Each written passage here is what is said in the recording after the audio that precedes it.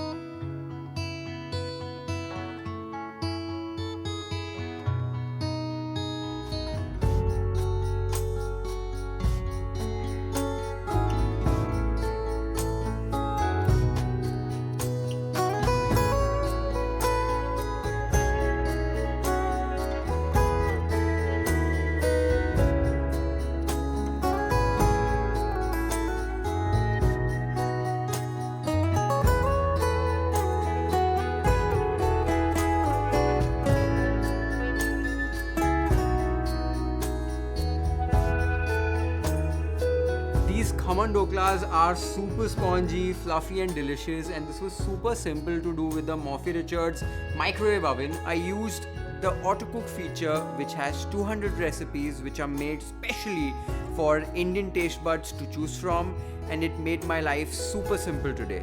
So try this recipe at home guys, super simple to do. Share this recipe with your friends.